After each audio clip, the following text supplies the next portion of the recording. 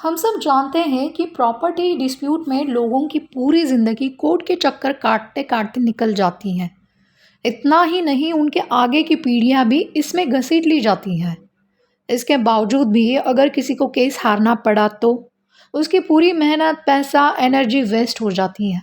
इसीलिए लोगों में कानून की बेसिक जानकारी होना बहुत ज़रूरी है। अगर व्यक्ति को कानून के पहले से ही पता है तो वो कोर्ट में जाने की गलती नहीं करेगा। कुछ ऐसा ही जाम लुधियाना के कहर सिंह के साथ उसे एंसेस्ट्रल प्रॉपर्टी के बारे में कानून की सही जानकारी होती तो वो कोर्ट में जाने की गलती कभी नहीं करता और ना ही ये केस आगे 54 इयर्स तक चलता। जी हाँ, 1964 में शुरू हुआ ये केस 2018 में सुप्रीम कोर्ट के फाइनल जजमेंट के साथ ही खत्म हुआ।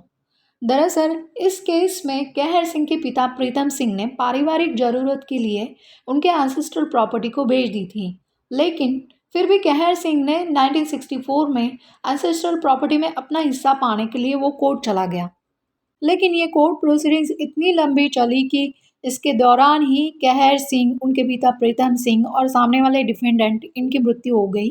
बाद में इनके उत्तराधिकारियों ने इस केस को आगे बढ़ाया और ये केस फाइनली सुप्रीम कोर्ट में जाके पहुंचा। लेकिन सुप्रीम कोर्ट ने याचिका को खारिज करते हुए कहा कि पारिवारिक कर चुकाने या कानूनी ज़रूरतों के लिए यदि परिवार का मुखिया पैतृक संपत्ति बेचता है तो पुत्र या अन्य हिस्सेदार उसे कोर्ट में चुनौती नहीं दे सकते। कोर्ट ने कहा कि एक बार ये सिद्ध हो गया कि पिता ने कानूनी ज़रूरतों के लिए संपत्ति बेची है तो हिस्सेदार इसे अदालत में चुनौती नहीं दे सकते। इस मामले में जस्टिस एम सप्रे और एस के कौल की पीठ ने कहा कि हिंदू कानून के अनुच्छेद 254 के में पिता द्वारा संपत्ति बेचने के बारे में प्रावधान है। अनुच्छेद 254 सब सेक्शन 2 में प्रावधान है कि कर्ता चल या अचल पैतृक संपत्ति को बेच सकता है। वह पुत्र और पौत्र के हिस्से को कर्ज चुकाने के लिए बेच सकता है, लेकिन ये कर्ज पैतृक भी होना चाहिए। कर्ज किसी अनैतिक और अवैध कार्य के जरिए पैदा ना हुआ हो। हिंदू लॉ के आर्टिकल 241 में बताया गया है कि कब कब बेची जा सकती है पैतृक संपत्ति।